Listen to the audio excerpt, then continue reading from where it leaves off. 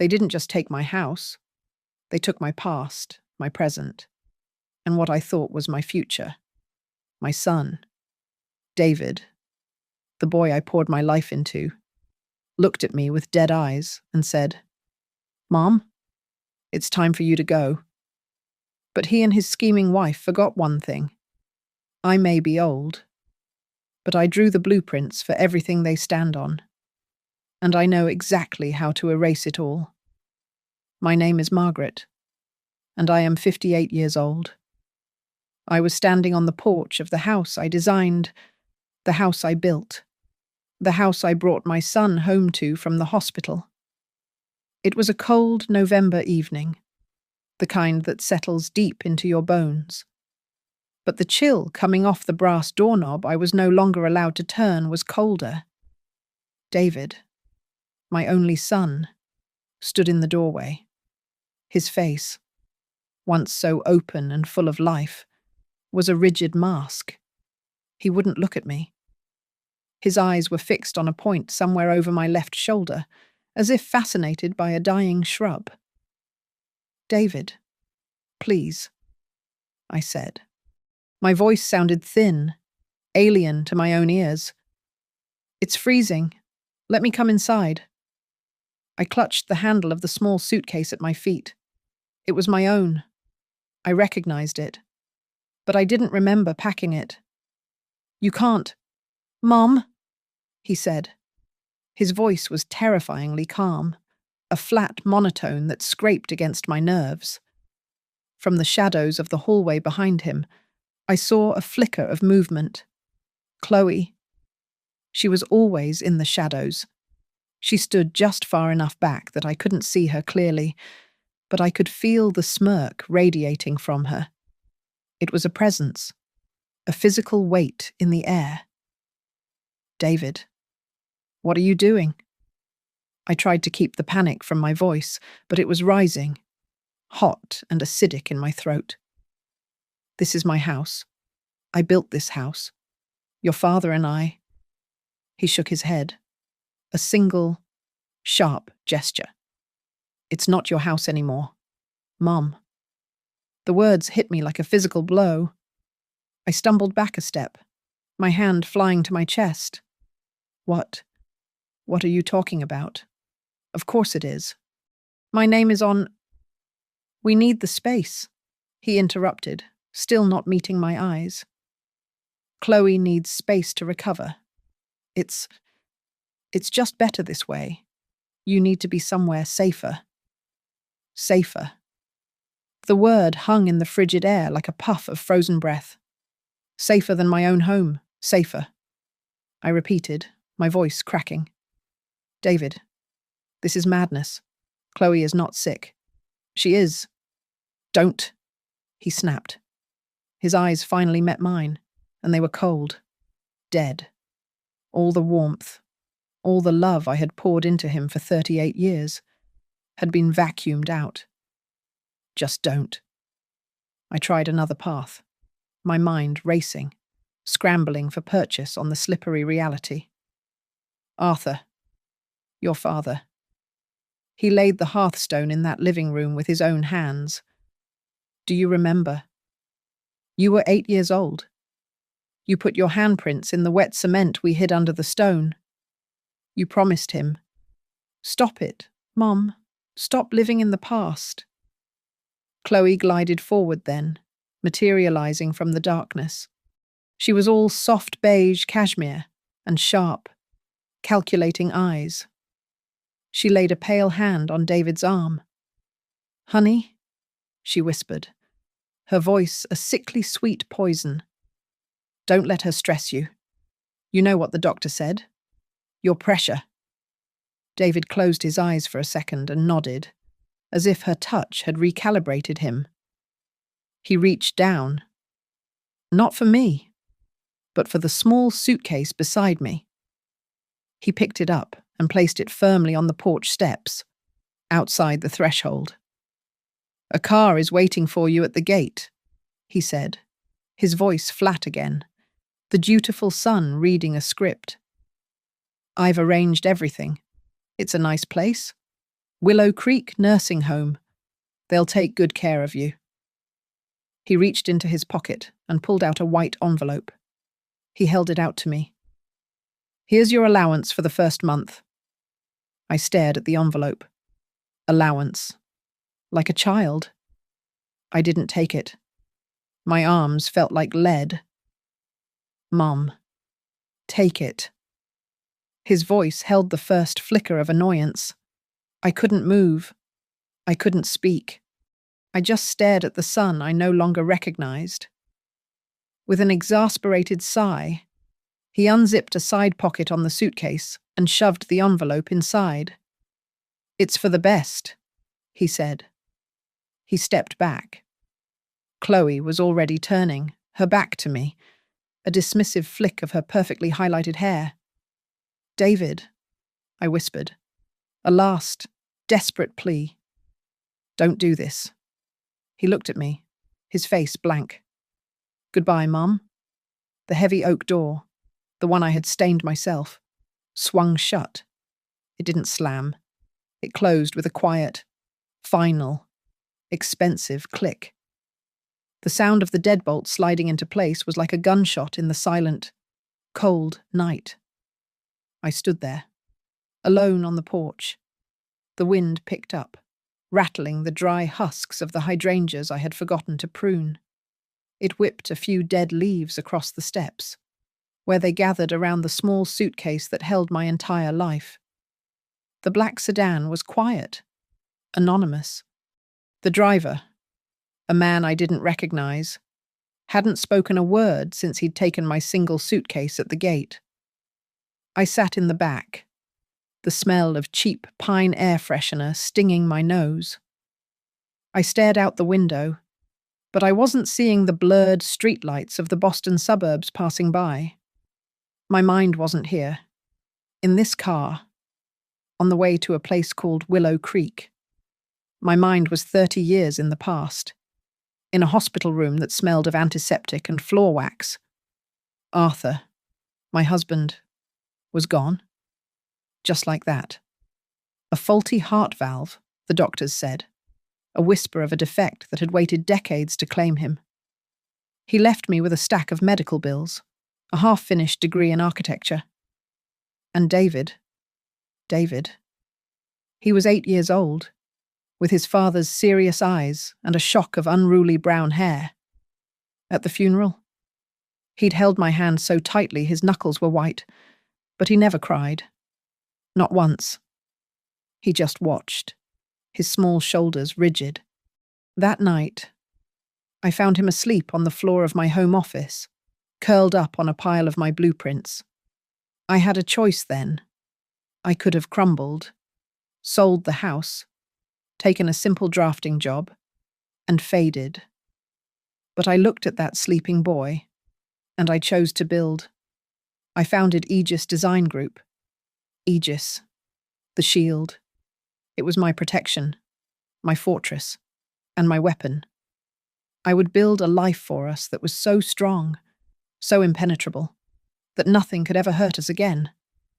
I worked. God, how I worked. I was a mother, a father, a CEO, and a lead designer.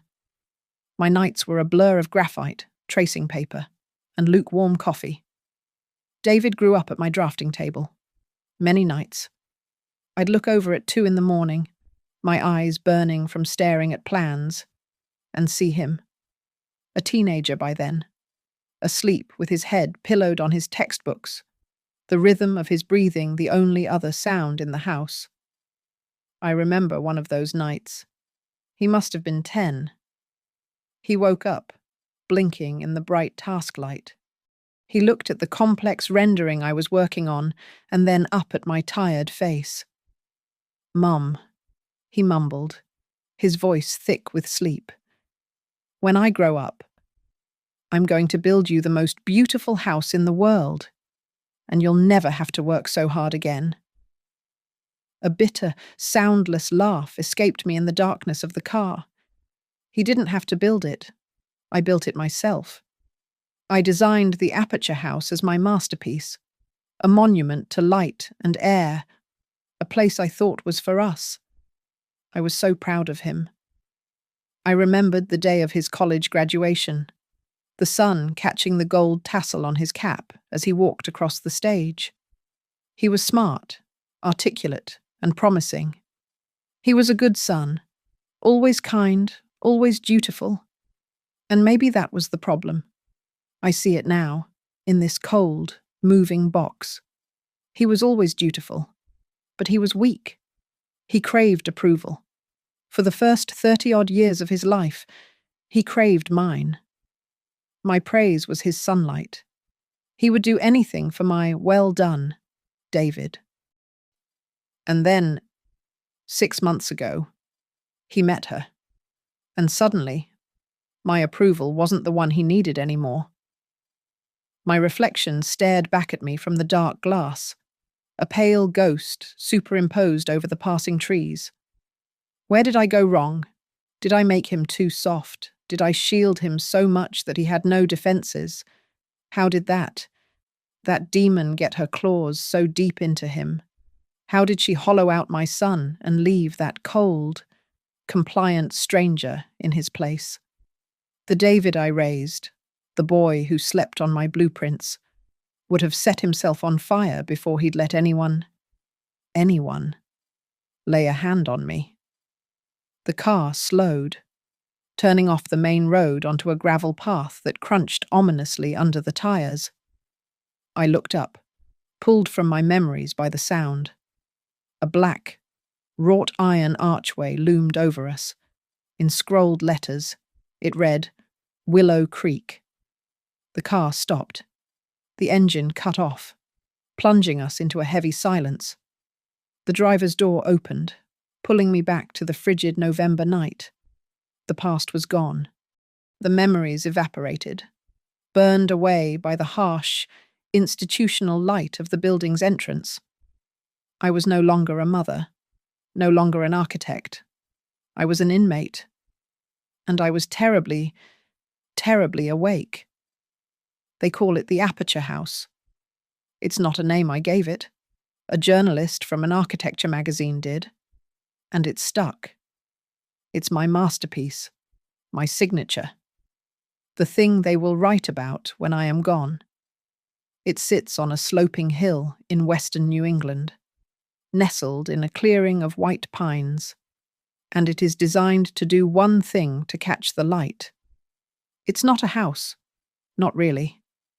It is a living, breathing machine for viewing the world.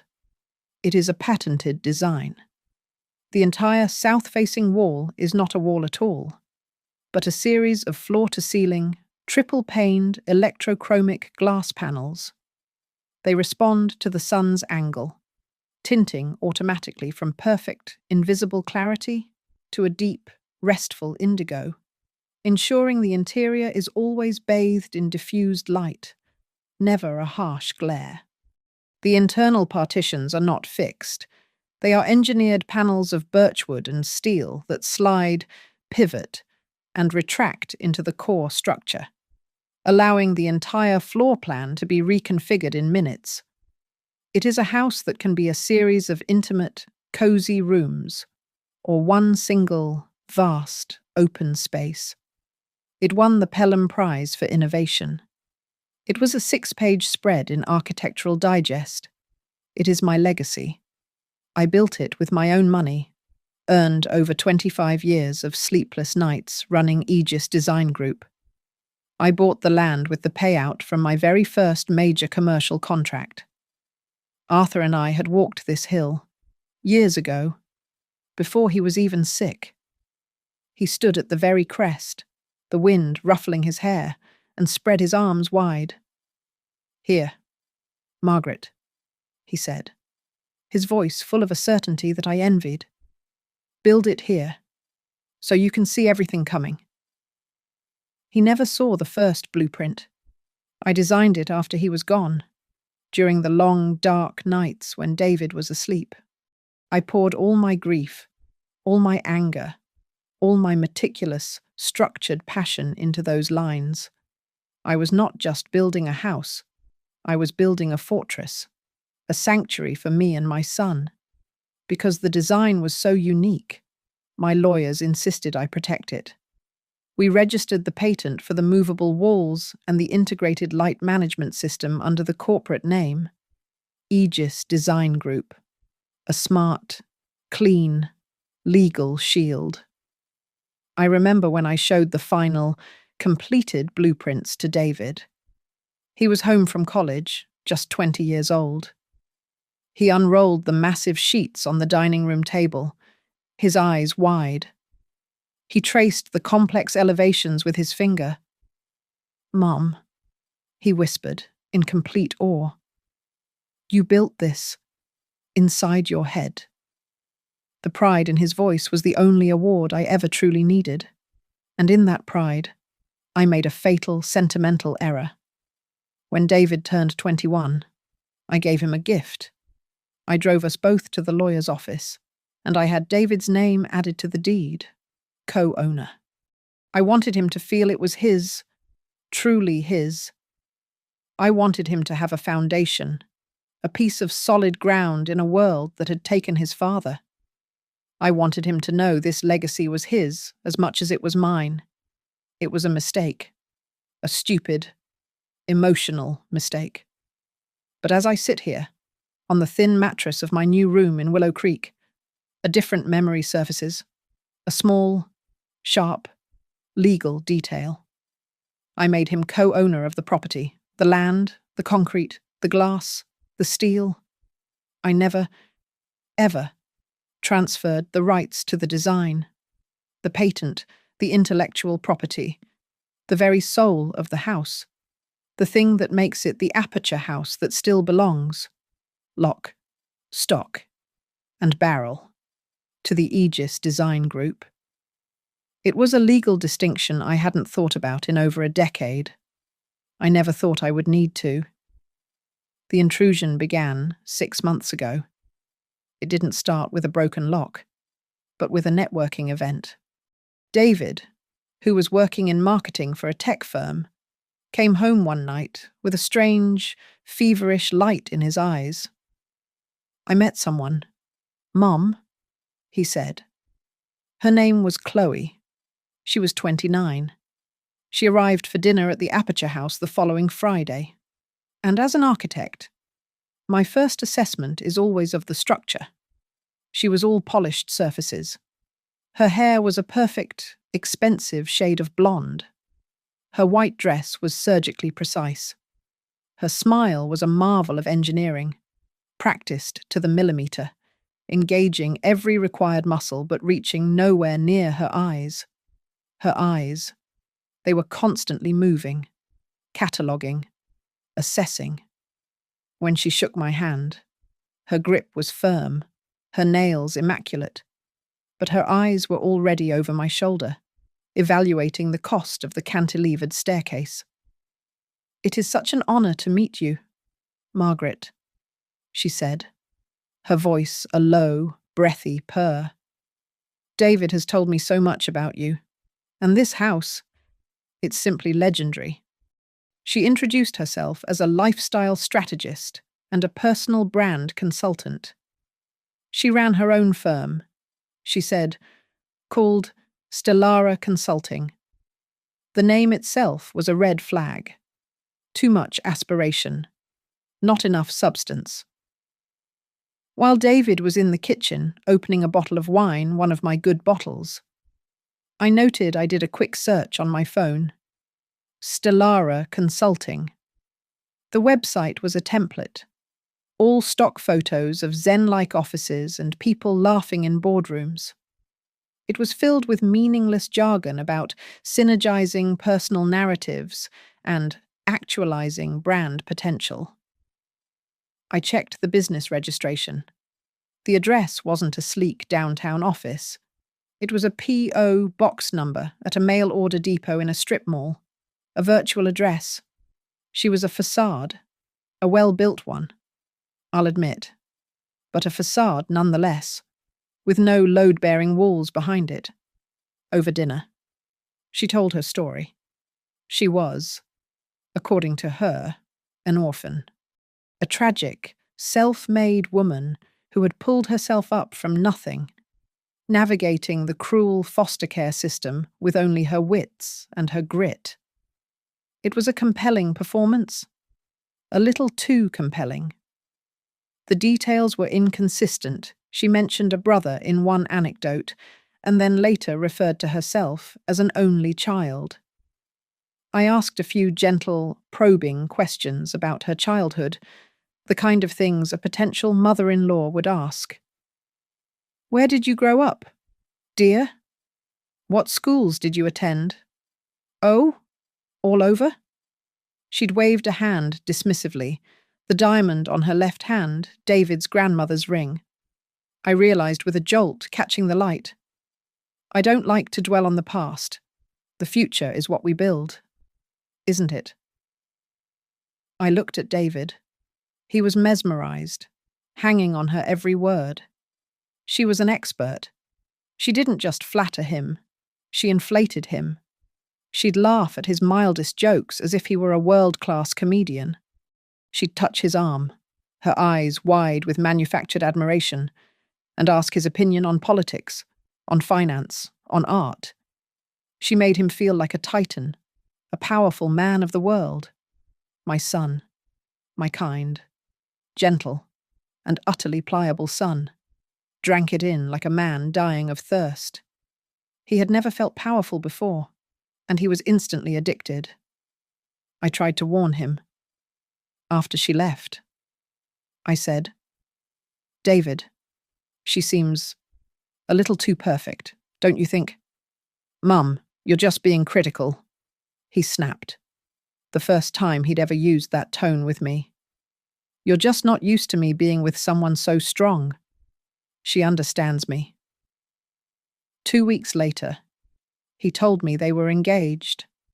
The wedding was a chaste, sterile affair at the city courthouse a month after that. I was the only guest. Chloe wore a beige suit. She cried, dabbing her eyes with a tissue, but the tears seemed to come from nowhere, leaving her mascara untouched. "We just can't wait. Mum," David said, his hand wrapped in hers. "We just need to be together. Love is all that matters." I knew then, standing under the fluorescent lights of the clerk's office, that I had lost him. I just didn't realize how completely. The day after they returned from their 3-day honeymoon in the city, the first symptom appeared. Chloe woke up, complaining of a headache. The next day, it was a sudden, debilitating fatigue.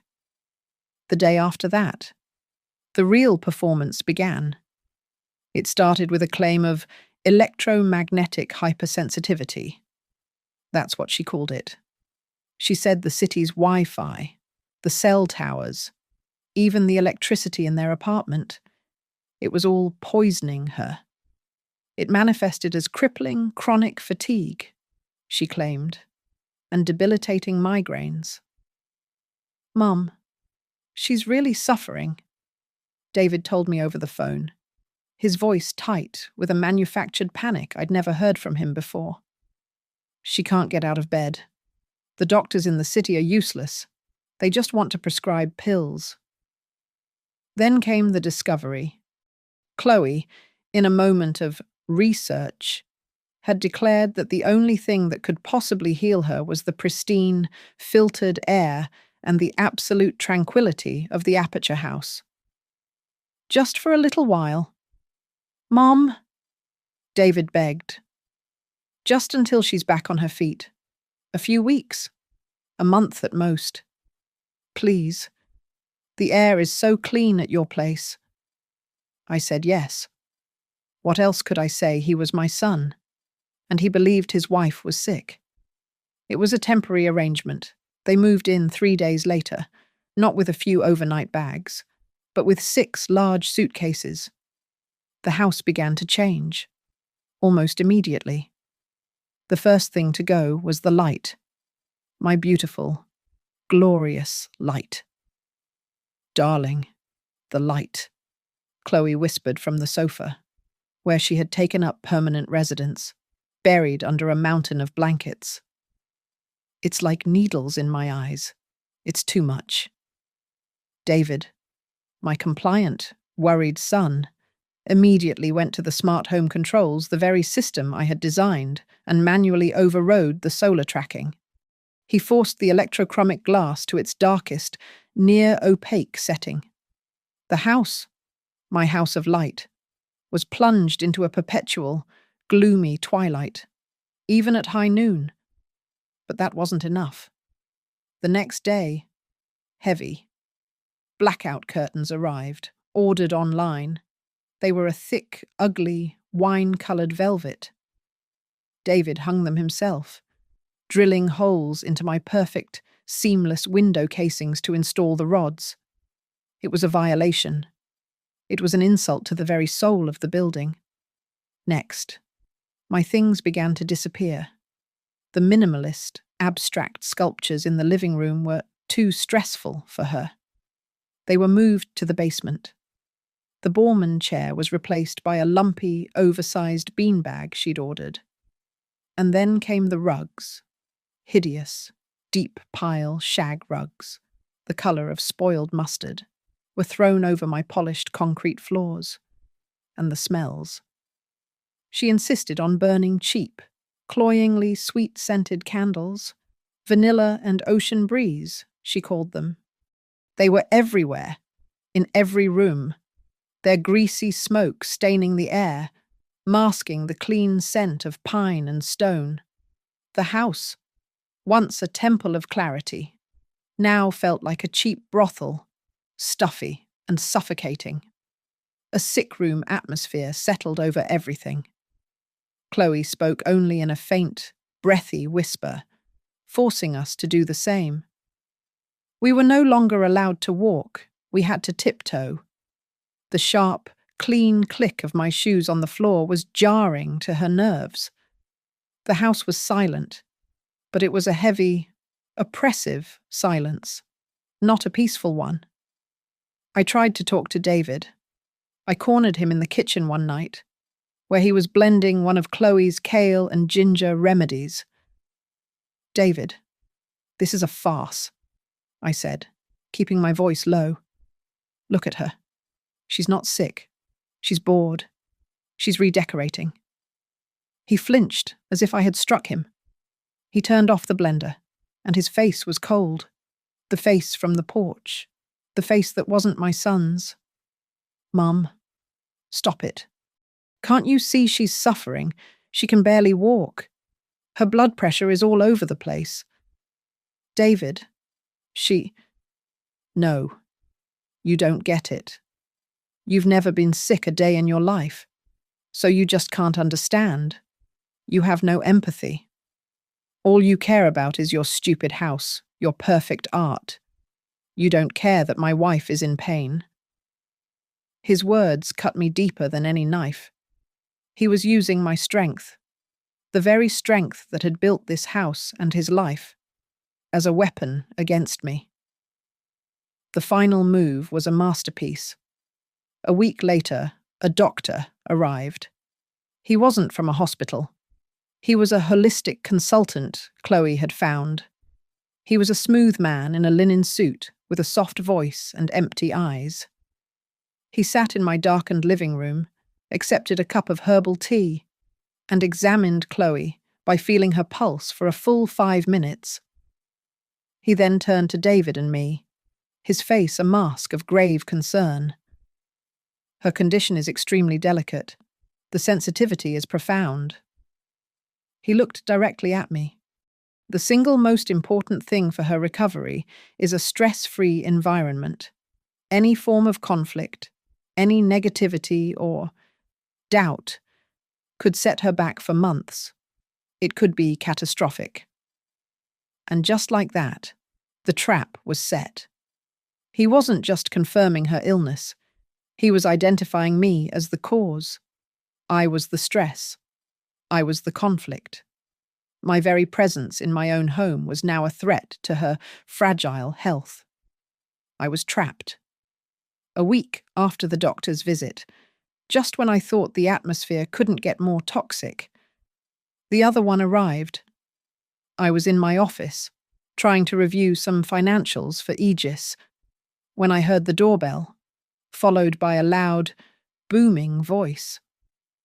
I walked out to the foyer to find a woman I'd never seen before, dragging 3 enormous leopard print suitcases across my Italian slate floor, leaving a long scratch in their wake. What a place, my God. It's like a museum in here. She brayed, looking not at me, but at the ceiling. David stood there, looking helpless. Chloe was gliding down the stairs, no longer whispering, but speaking in a normal, albeit cloying, voice. "Mommy, you made it."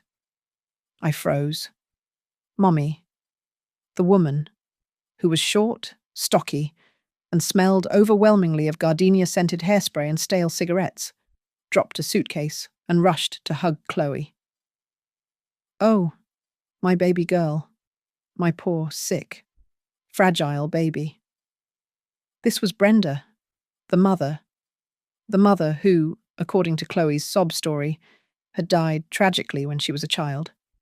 The orphan was not an orphan after all.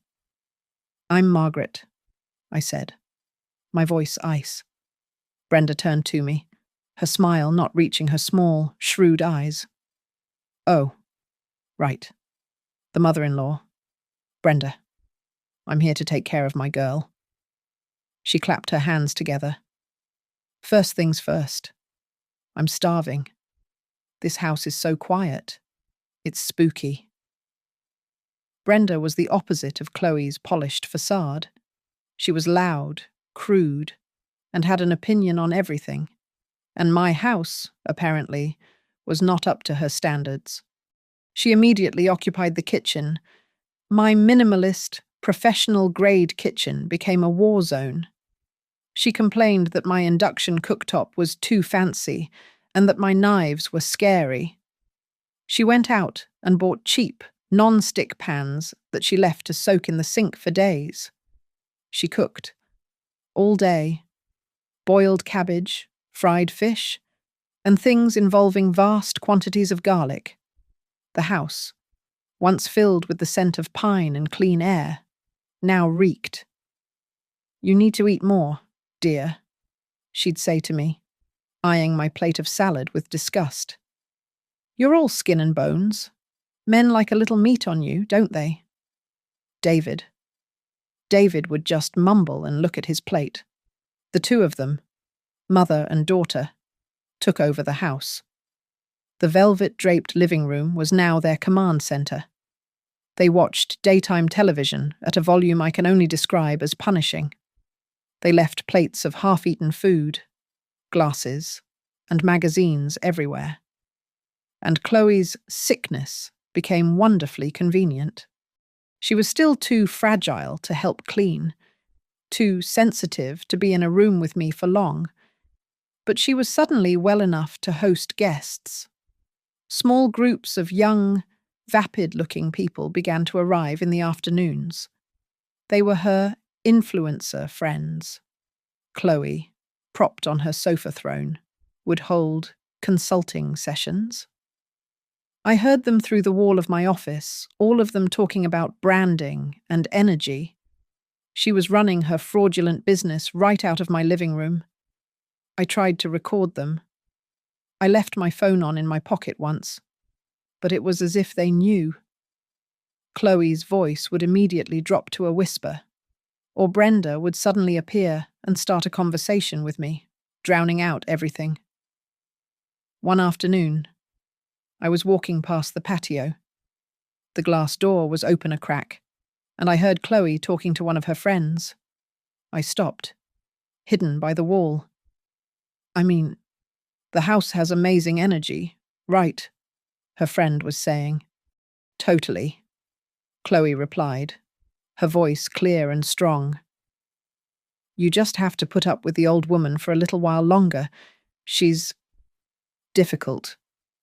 But David is handling it. Once she's gone, this place is all ours." We're going to turn the whole downstairs into a healing and media suite.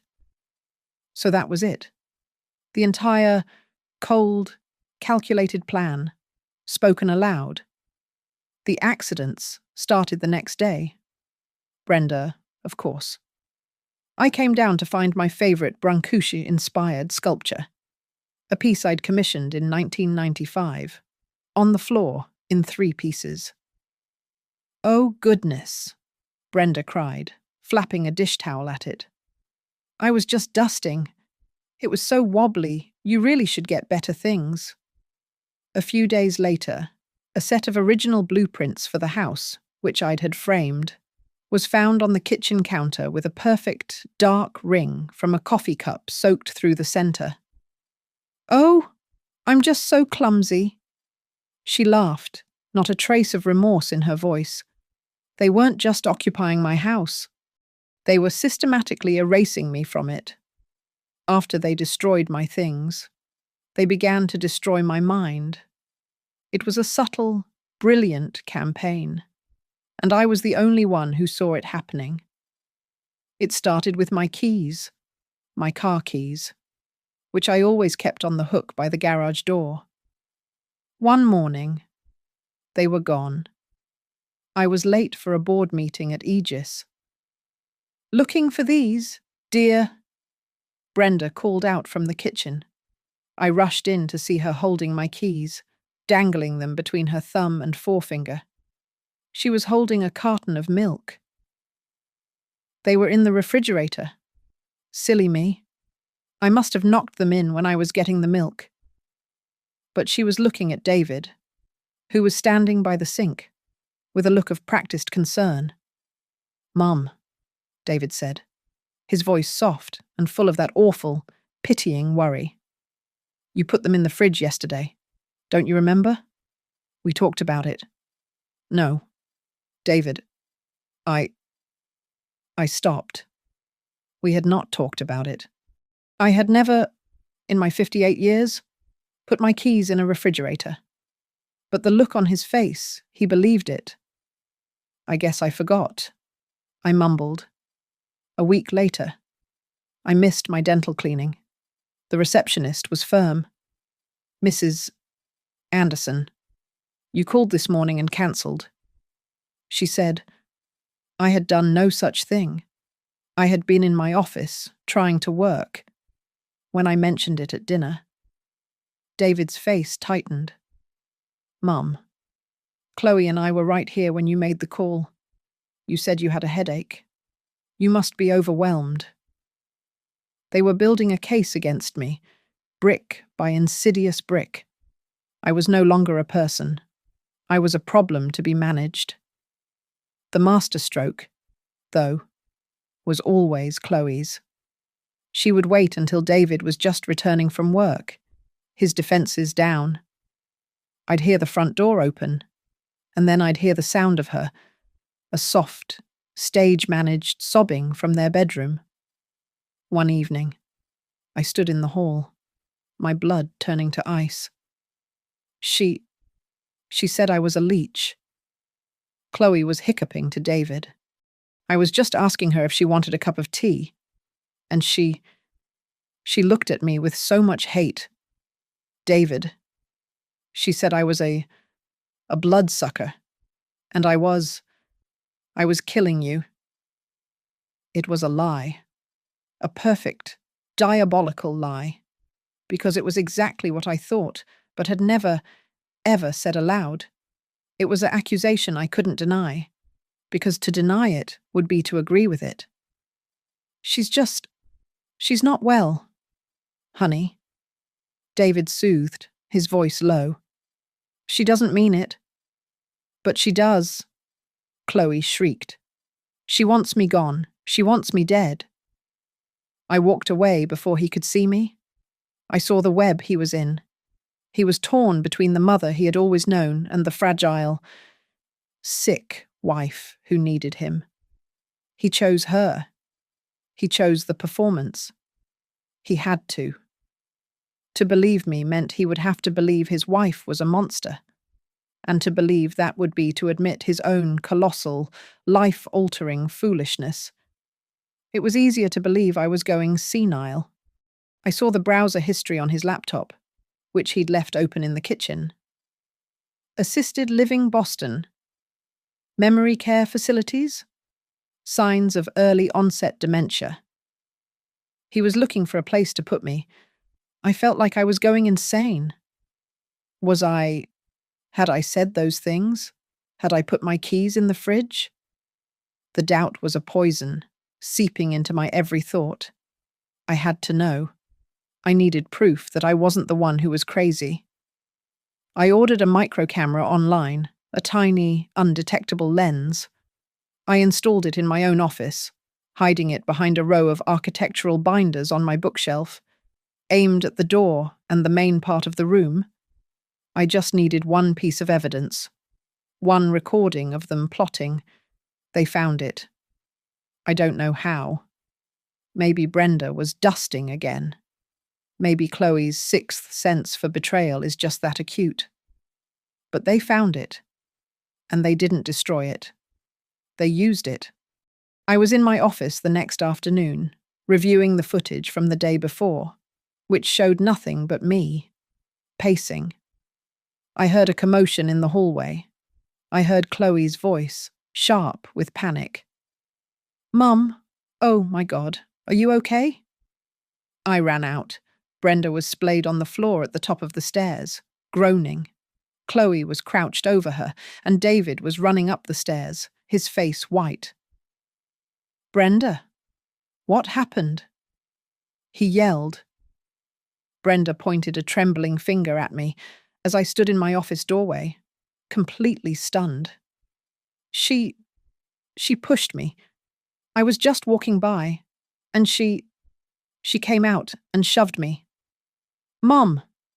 David looked at me, his eyes wide with horror and a sick, terrible confirmation.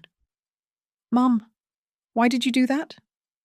"What I didn't. I was in my office," I yelled, my voice hysterical.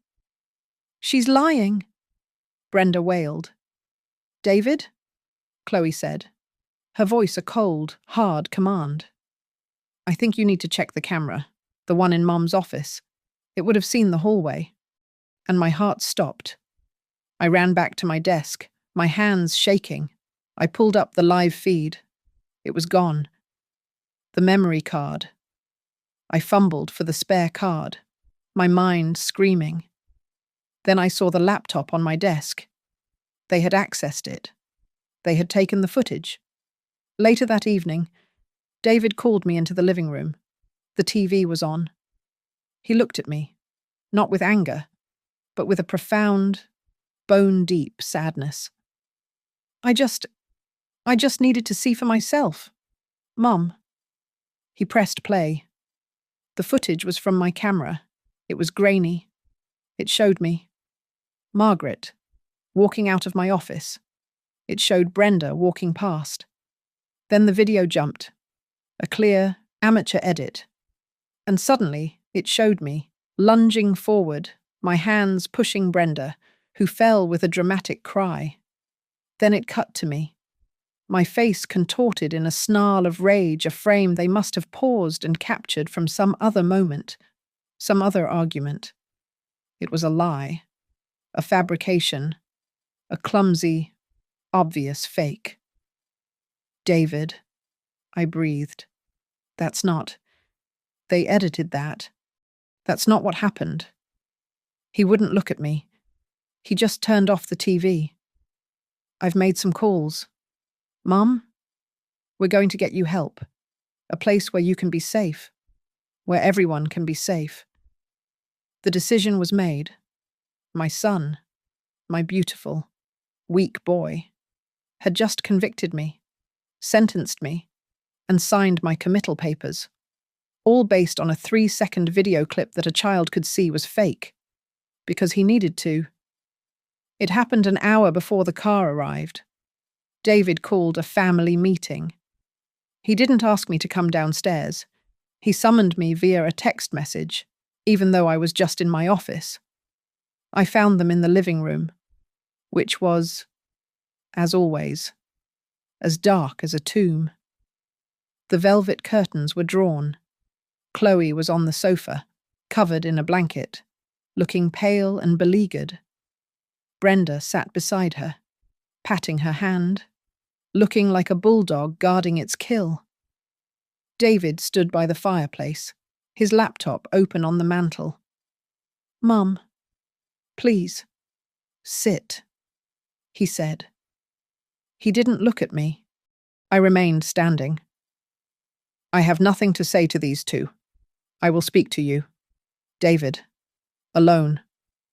"No," he said, his voice flat. "We are a family. We're going to deal with this as a family?"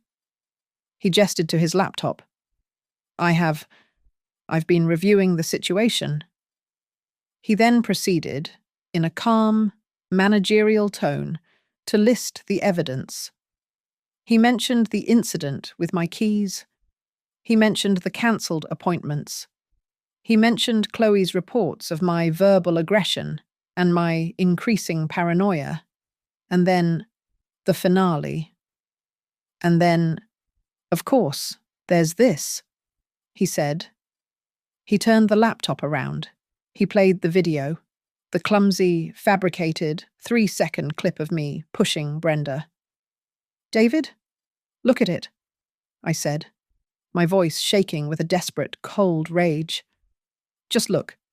See the jump cut. See the way the light flickers. It's edited. They did this." "Mom?" he said, and the exhaustion in his voice was so profound it almost sounded like grief. "Brenda has a sprained wrist. The doctor confirmed it." "Of course she does. She probably threw herself on the floor."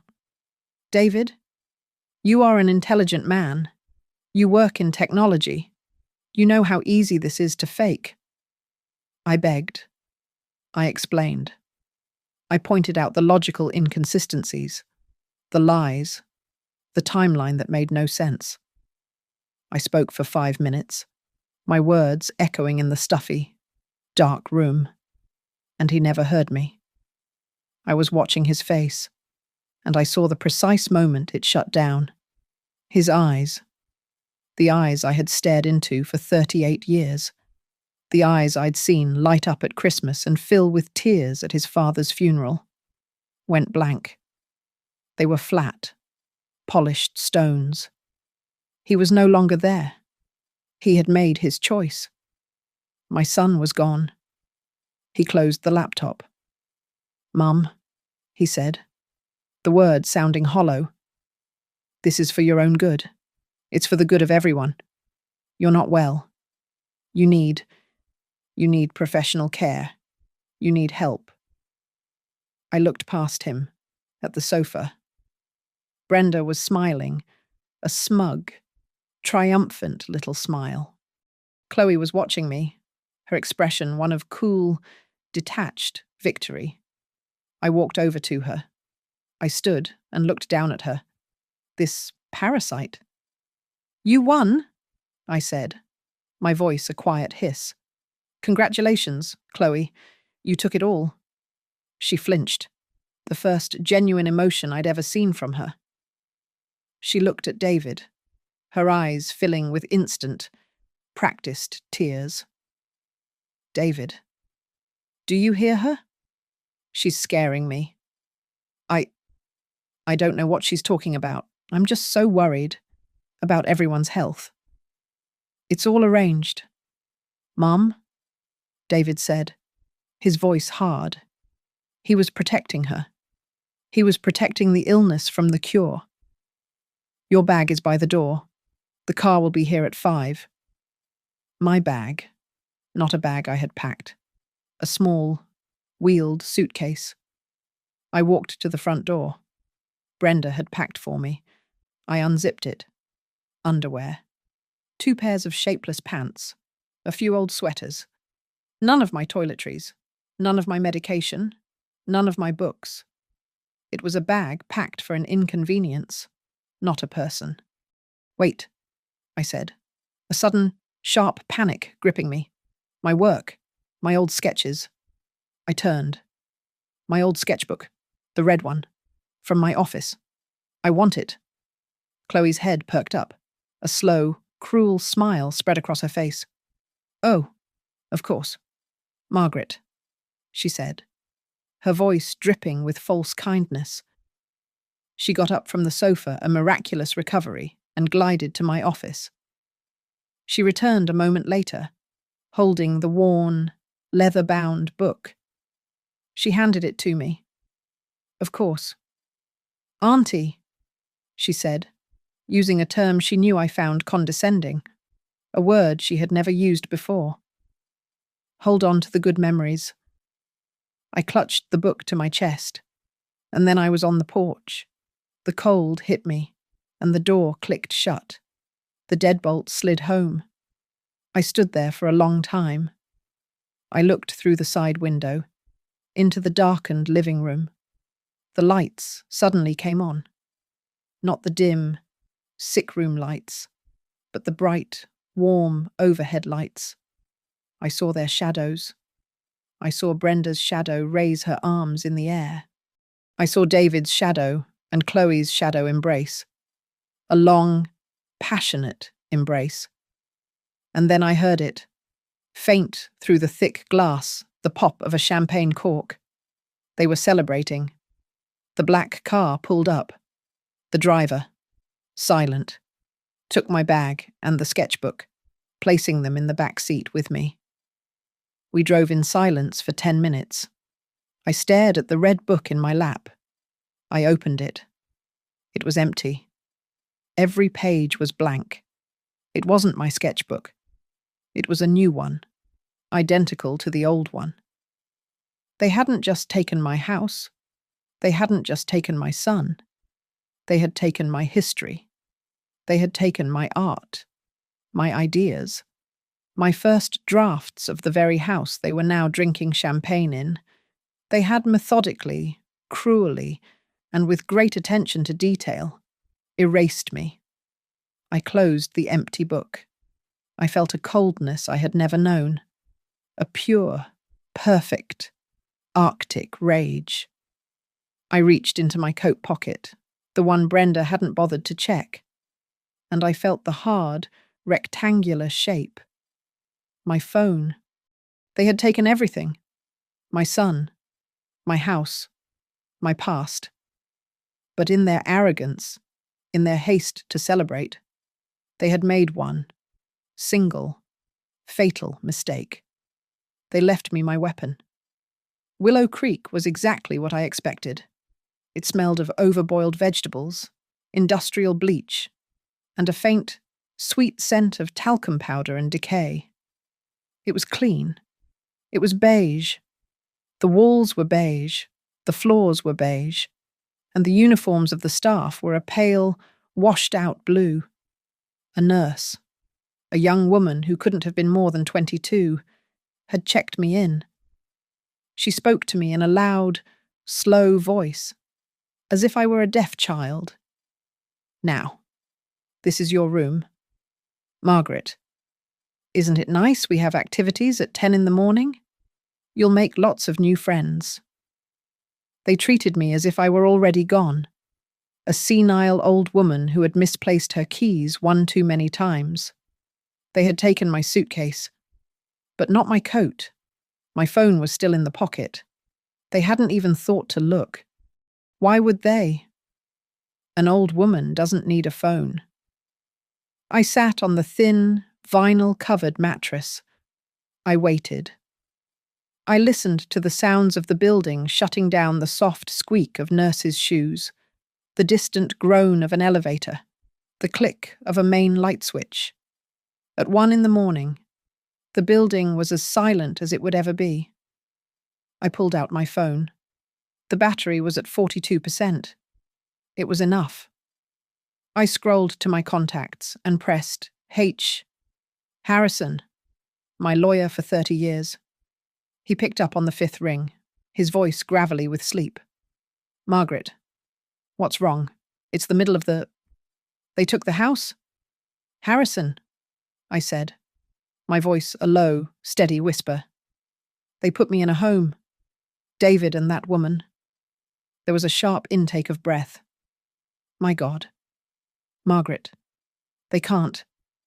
Wait. I heard him sit up. A lamp click on. David is on the deed. You put him on the deed. He has a legal right to be there. He's on the deed to the property. Harrison, I said. He is not on the patent. Silence. Then, a slow, dawning comprehension. The Aperture design. Aegis. It's corporate owned. Exactly, I said. They are co-owners of a very expensive plot of land, but they are living inside a patented, trademarked design that they have no right to. And that's just the beginning. I need paperwork. I want a cease and desist. And I want a lawsuit drafted for intellectual property infringement. Margaret, that's... Do it, Harrison? I said. And get some sleep. You're going to have a very busy day tomorrow. I hung up. My fingers flew to the next number. Mr. Fields, the manager of David's trust. This call was quicker. Mr. Fields, Margaret Anderson. I'm calling to inform you of a change to the David Arthur Anderson Trust. Mrs. Anderson, is everything all right? No. As you know, the trust David is scheduled to receive when he turns 35 was funded entirely by assets from the Aegis Design Group. Correct?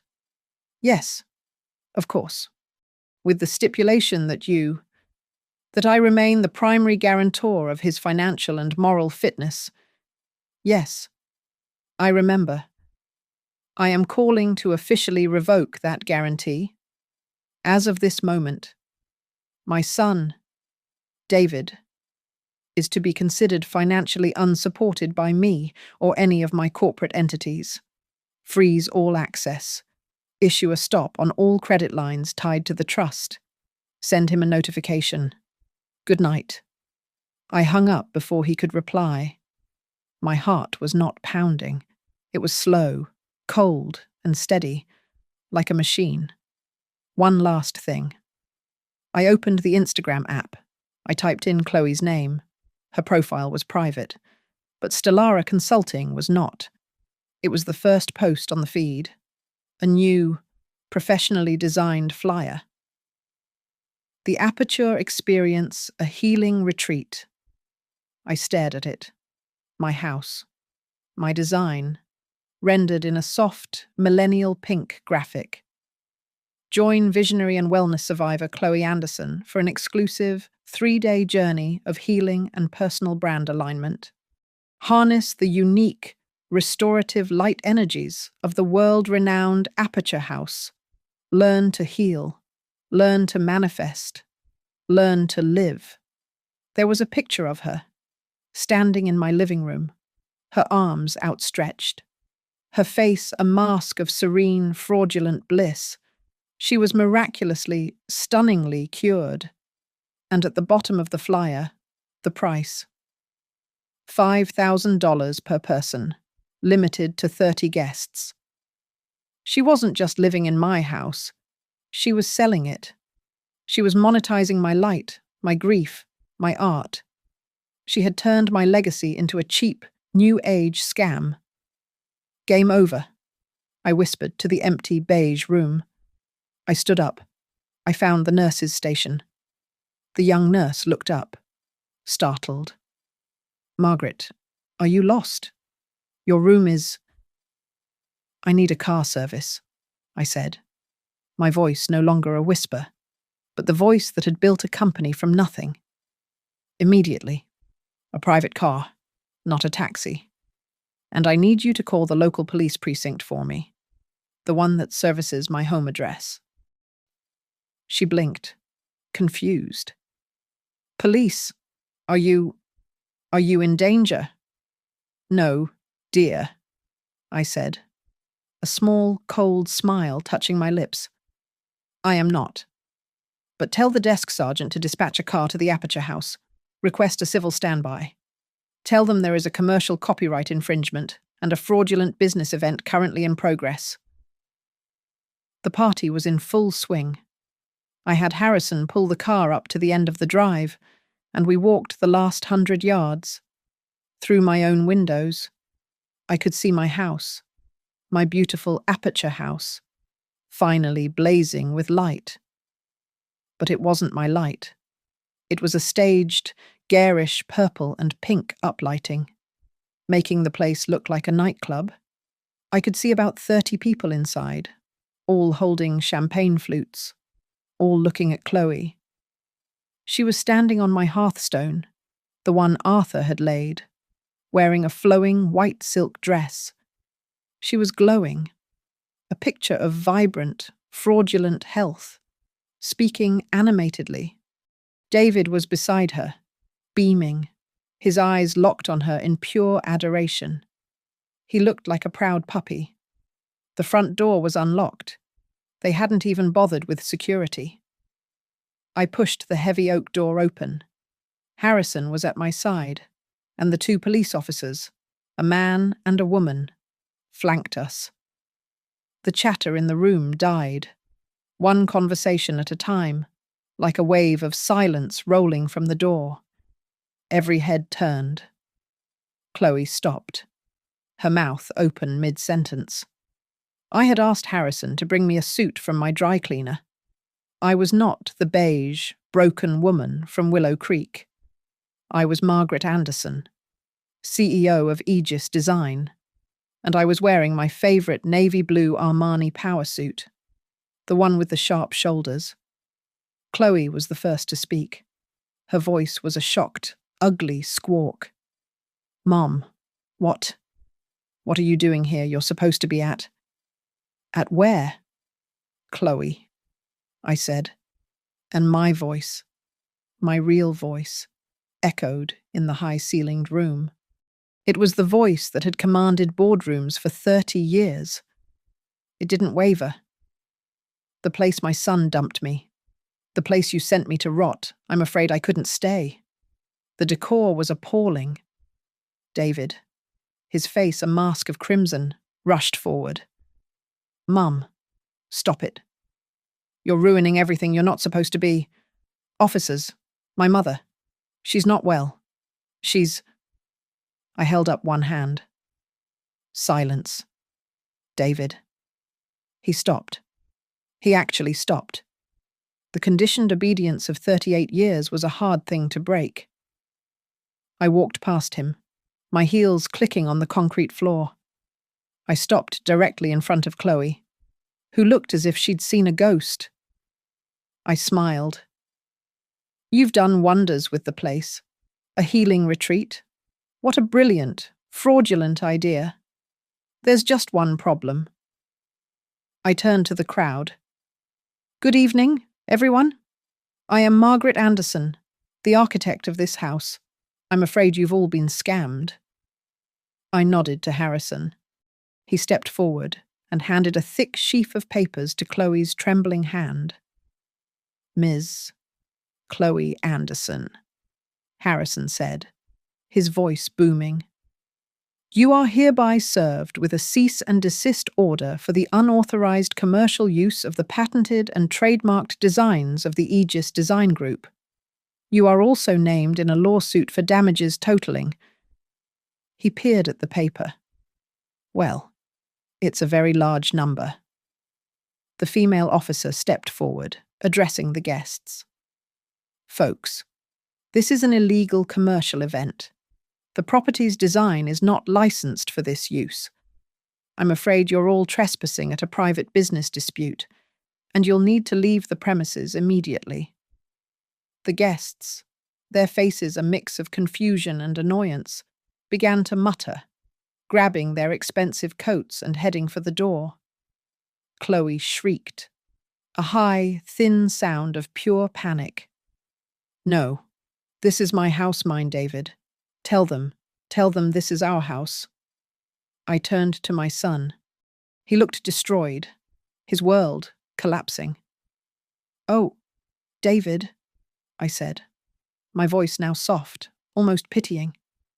"About that, I'm afraid I had to make a call this evening to Mr. Fields." David's blood drained from his face. He knew that name. Yes, the trust. The one I set up for you. The one that was supposed to mature when you were 35. I've revoked my guarantee. As of 3 o'clock this afternoon, you've been cut off from all Aegis-related funds. I'd check the limit on your credit cards if I were you. They're probably just plastic now. You can't, he stammered.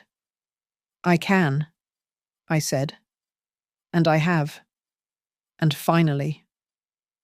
I looked around the room, at the gaudy pink lights, at the half-eaten canapes, at the wreckage of my beautiful home. This house, this property that you co-own, it will be put up for court-ordered auction, immediately. It's the only way for Aegis Design Group to recover the massive damages your wife's little Stellara Consulting just incurred. I looked at them, the two of them, pale and shaking, the con woman and the fool. Good luck finding a one-bedroom apartment. I hear the interest rates are just terrible right now. I turned, and I didn't look back. I walked out of the house, leaving them standing in the ruins of their short, stupid party. Harrison held the car door for me. I got in, and we drove away, leaving the pink lights and the flashing blue and red of the police cars behind. The night air was cold and clean, and I had never breathed so deeply in my life. Thank you so much for listening to my story. I'd love to connect with you all. Please, leave a comment down below and let me know where in the world you're listening from and what you thought. If you enjoyed this, please be sure to subscribe to Grandma's Family Diary and like this video. And if you'd really like to show your support, please hit that hype button so this story can be heard by more people.